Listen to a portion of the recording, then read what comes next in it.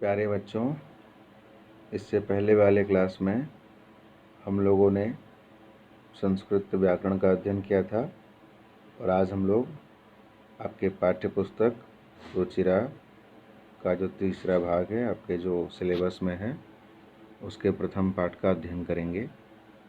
प्रथम पाठ का नाम है सुभाषितानी और उसी पाठ का हम लोग आज अध्ययन करेंगे, सुभाषितानी पाठ का। आइए। सुभाषितानी। सुभाषित शब्द सु धन भाषित अर्थात इन दो शब्दों के मेल से संपन्न होता है। सु का अर्थ है सुंदर, मधुर तथा भाषित का अर्थ है वचन। इस तरह सुभाषित का अर्थ सुंदर अथवा मधुर वचन है। प्रस्तुत पाठ में सूक्ति मंजरी, नीति शतकम, मनुस्मृति, शिशुपालवधम, पंचतंत्रम जैसे अनेक ग्रंथों से रोचक और विचारोत्तेजक श्लोकों को संग्रहित किया गया है। ये सभी ग्रंथ जो हैं मनुष्य के जीवन जीने से संबंधित सदुपदेश देने के लिए सुप्रसिद्ध हैं और इसी से संबंधित श्लोकों को इस पाठ में संकलित किया गया है। आइए हम लोग आगे बढ़ते हैं। पहला श्लोक है आपके पाठ का। पहले हम लोग सस्वर वाचन करेंगे, श्लोकों को पढ़ना सीखेंगे, उसके बाद अन्वय और फिर उसका अर्थ और अंतिम में सामूहिक व्याख्या।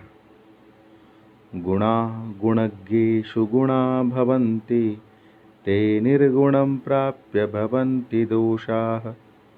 सुस्वादुतो याः प्रभवन्ति नद्यः, समुद्रमासाद्य भवन्त्यपेयाः।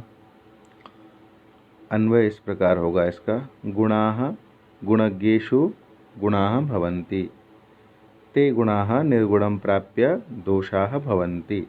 यथा नद्यः सुस्वादुतोयाः प्रभवन्ति, परं ताः समुद्रम आसाद्य अपेयाः भवन्ति।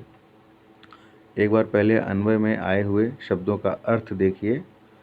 गुणाः मतलब गुण या अच्छाई। गुणज्ञेषु गुणवान लोगों में, गुणाः भवन्ति बढ़ जाता है। ते गुणाः वही अच्छाई, निर्गुणं प्राप्य निर्गुण लोगों में प्राप्त होके या दोषयुक्त लोगों को प्राप्त होके दोषाः भवन्ति दूषित हो जाता है। यथा जिस प्रकार नद्याः नदियाँ, सुस्वादुतोयाः सुंदर और स्वादिष्ट पानी से युक्त नदियाँ, प्रवहन्ति बहती हैं, परमताः लेकिन वही नदियाँ, समुद्रम आसाद्य समुद्र में जब मिलती हैं तो अपेयाः भवन्ति पीने योग्य नहीं रह जाती हैं। अर्थ देखिए इसका। गुण जब तक गुणी व्यक्ति के पास होते हैं तब तक गुण होते हैं, परंतु जब वे गुण निर्गुण अर्थात गुणहीन व्यक्ति को प्राप्त होते हैं तो वे दोष बन जाते हैं। जैसे स्वादिष्ट जल वाली नदियाँ बहती हुई समुद्र से मिलते ही अपेय न पीने योग्य हो जाती हैं। अर्थात अच्छाई अच्छे लोगों में रहे तो वह दिन प्रतिदिन बढ़ती जाती है, और अगर बुराई के संगत में अच्छाई आ जाए तो उस अच्छाई में भी दोष आ जाता है। इसीलिए हमेशा अच्छे लोगों के संगत में हमें रहना चाहिए। अगला श्लोक। साहित्य संगीत कला विहीनः, साक्षात् पशुः पुच्छ विषाणहीनः, तृणं न खादन्नपि जीवमानः, तद्भागधेयं परमं पशूनाम्। अन्वय। साहित्य संगीत कला विहीनः जनः पुच्छ विषाणहीनः साक्षात् पशुः अस्ति, सः तृणं न खादन्नपि जीवमानः अस्ति, तत्पशूनां परमं भागधेयम् अस्ति। एक बार अन्वय में आए हुए शब्दों का अर्थ देखिए। साहित्य मतलब लिटरेचर, कथा, कहानी, इतिहास, पुराण इत्यादि। संगीत मतलब म्यूजिक, कला मतलब आर्ट, इन सबसे जो विहीन है, रहित है, वह जनः मनुष्य, पुच्छ मतलब पूँछ, विषाण मतलब सिंह, हीन मतलब रहित अर्थात पुच्छ, पूँछ और सींग से रहित, साक्षात पशु अस्ति, साक्षात पशु के समान है। सह वह मतलब जो साहित्य और संगीत और कला से रहित है, वह मनुष्य तृणम न खादन्नपि, तृण मतलब तिनका मतलब घास नहीं खाते हुए भी जीवमानः अस्ति, जिंदा है। तत्पशूनां परमं भागधेयम् अस्ति, और उन पशुओं का परम सौभाग्य है। अर्थ देखिए इसका, साहित्य, संगीत, कला आदि से रहित व्यक्ति बिना पूंछ और सींग वाला साक्षात पशु है। वह घास न खाकर भी जीवित है। यह उन पशुओं के लिए सौभाग्य की बात है। अर्थात साहित्य, संगीत और कला में अगर किसी मनुष्य की रुचि नहीं है तो वह साक्षात जानवर ही है, और वह घास नहीं खाते हुए भी जीवित है। और यह उन जानवरों के लिए, पशुओं के लिए बहुत ही सौभाग्य की बात है कि मनुष्य की भांति विचरण करता है, मनुष्य के भांति उसके साथ सब लोग व्यवहार करते हैं, लेकिन वो वास्तव में पशु ही है। लुब्धस्य नश्यति यशः पिशुनस्य मैत्री, नष्टक्रियस्य कुलमर्थपरस्य धर्मः, विद्याफलं व्यसनिनः कृपणस्य सौख्यं, राज्यं प्रमत्तसचिवस्य नराधिपस्य। अन्वय।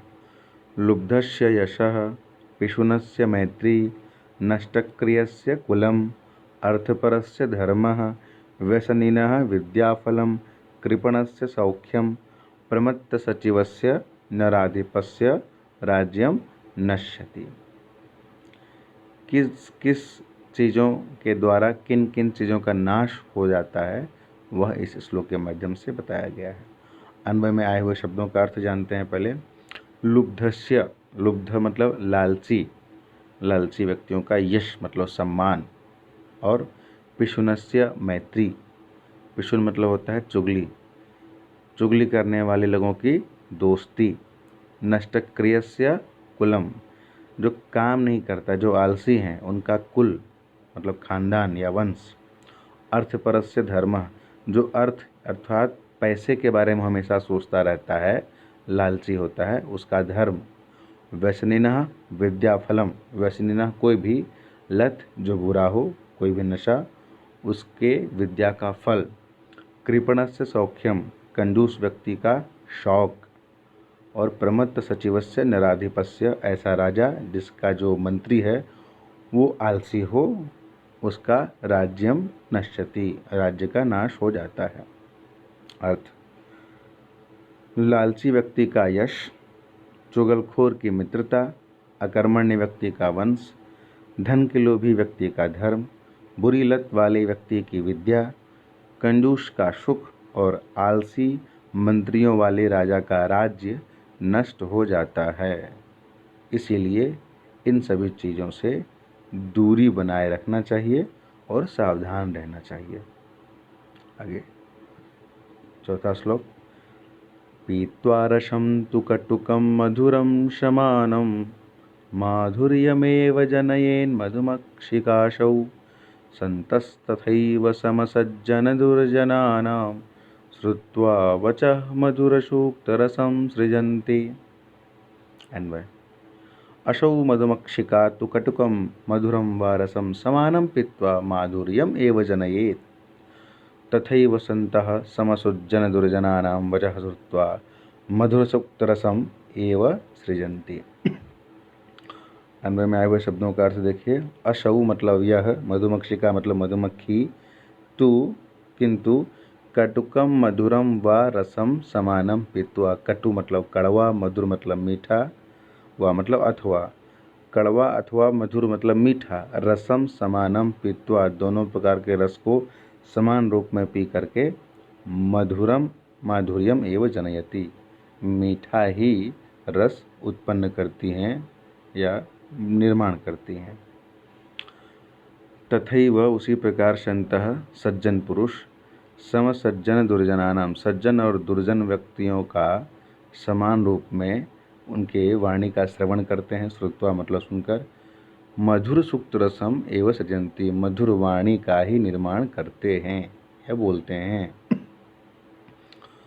अर्थ देखिए, यह मधुमक्खी कड़वा और मीठा रस समान रूप से पीकर मधुर रस का ही निर्माण करती हैं। उसी प्रकार संत लोग सज्जन और दुर्जनों की बातें समान रूप से सुनकर सदा मधुर सुक्त रस अर्थात मीठी वाणी का निर्माण ही करते हैं, अर्थात मीठी वाणी ही बोलते हैं। यहाँ ये ध्यान देने वाली बात है कि मधुमक्खियाँ अनेक पुष्पों से रस को निकाल करके लाके इकट्ठा करती हैं, लेकिन सभी पुष्पों का रस एक समान मीठा नहीं होता। किसी का कड़वा होता है तो किसी का मीठा होता है। तो रसों का स्वाद भिन्न भिन्न है, लेकिन जो वो एकत्रित करती हैं, मधु का निर्माण करती हैं, वो मधु मीठा ही होता है। कड़वा रस पान करने के बाद भी मीठा ही शहद हमें मिलता है।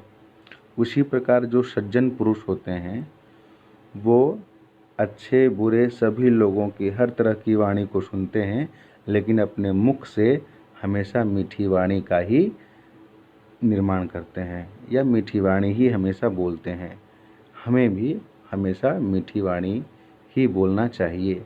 हमारे मन में अगर क्रोध भी हो तो उसको नियंत्रित करना चाहिए और हमारे मुख से हमेशा मीठी वाणी ही निकले, इस बात का ध्यान रखना चाहिए। इस पाठ में और भी श्लोक हैं लेकिन हम लोग अगली कक्षा में उसको पढ़ेंगे और उसका अभ्यास भी अगले कक्षा में देखेंगे। आज के लिए आपका होमवर्क ये है कि इन सभी श्लोकों को, चारों श्लोकों को अपने फेयर में नोट करेंगे। जहाँ श्लोक लिखेंगे उसके नीचे उसका अन्वय, उसके नीचे उसका अर्थ भी लिखेंगे और इन श्लोकों को सस्वर पढ़ेंगे, उसका गायन करेंगे, श्लोकों को याद करेंगे, अर्थ समझेंगे। अगर कहीं कोई कठिनाई आएगी तो अग्रिम कक्षा में हम लोग उसका समाधान करेंगे। धन्यवाद।